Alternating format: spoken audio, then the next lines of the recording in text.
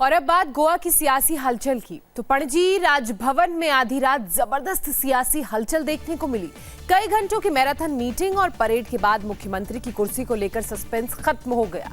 BJP विधायक प्रमोद सावंत गोवा के 13वें मुख्यमंत्री बन गए। सीएम प्रमोद सावंत के साथ ही विजय सरदेसाई और सुदीन धाविलकर ने डिप्टी सीएम की शपथ ली।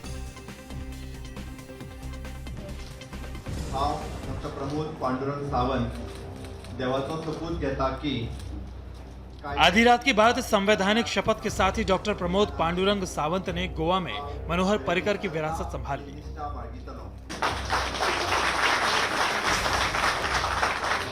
मनोहर पर्रिकर के अंतिम संस्कार के 8 घंटे बाद 1:45 बजे पेशे से किसान और आयुर्वेदिक डॉक्टर प्रमोद सावंत गोवा के 13वें मुख्यमंत्री बन गए। सावंत के साथ ही महाराष्ट्रवादी गोमांतक पार्टी यानी एमजीपी के विधायक सुदीन धवलीकर नए मंत्रिमंडल में शामिल हो गए। राज्यपाल ने उन्हें पद और गोपनीयता की शपथ दिलाई। सुदीन धवलीकर ईश्वर साक्ष शपथ घेतो की जीएफपी के नाम से मशहूर गोवा फॉरवर्ड पार्टी के अध्यक्ष और विधायक विजय सरदेसाई भी सावंत के साथ ही बने।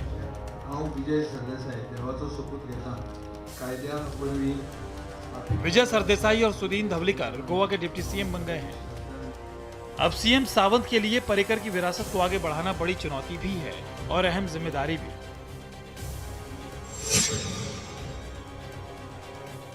ये बहुत बड़ी चुनौती है मेरे लिए, क्योंकि पर्रिकर जाने के बाद में गोवा का पूरा सरकार चलाना, लेकिन मेरे जो अलायंस पार्टनर हैं वो मेरे साथ में हैं। सुदीन धवलीकर जी साथ में हैं, विजय सरदेसाई साथ में हैं, इंडिपेंडेंट एमएलए जो गोविंद गवड़े जी, इंडिपेंडेंट एमएलए गोविंद गवड़े जी, रोहन खवटे और हमारे with in the party all मेरे साथ में है। सभी लोग, माइकल हैं, नीलेश है, सभी लोग साथ में, विश्वजीत हैं। तो मेरे लिए ये गवर्नमेंट पूरा स्टेबल है और 3 साल कार्यकाल पूरा करेगी। तो डेप्यूटी सीएम बनाने के पीछे का कारण क्या है?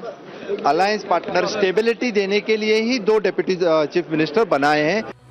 प्रमोद सावंत और 2 डिप्टी सीएम के अलावा 9 विधायकों ने भी आधी रात मंत्री पद की शपथ ली।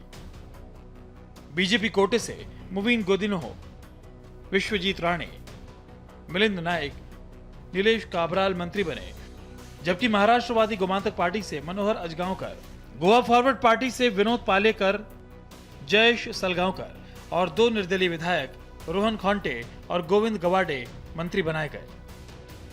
लेकिन इस शपथ ग्रहण का वक्त सोमवार देर शाम तय था, जो कई बार बदला। देर रात ही राजभवन में विधायकों ने परेड भी की।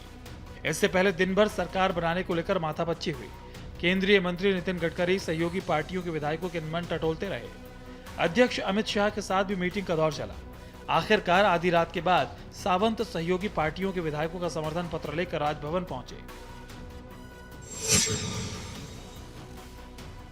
मनोहर पर्रिकर के निधन के बाद लगातार 2 दिन से गोवा में सियासी जंग चल रहा था, जहां एक तरफ कांग्रेस दावा कर रही थी कि सबसे सिंगल लार्जेस्ट पार्टी वही है, तो सरकार बनाने का अधिकार उन्हीं को है।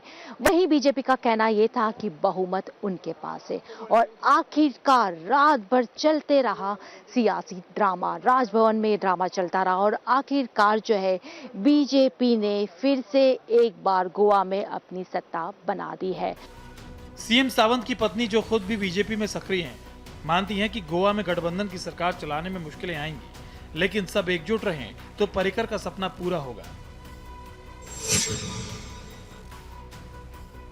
हमारे ऊपर जिम्मेदारी बढ़ गई है।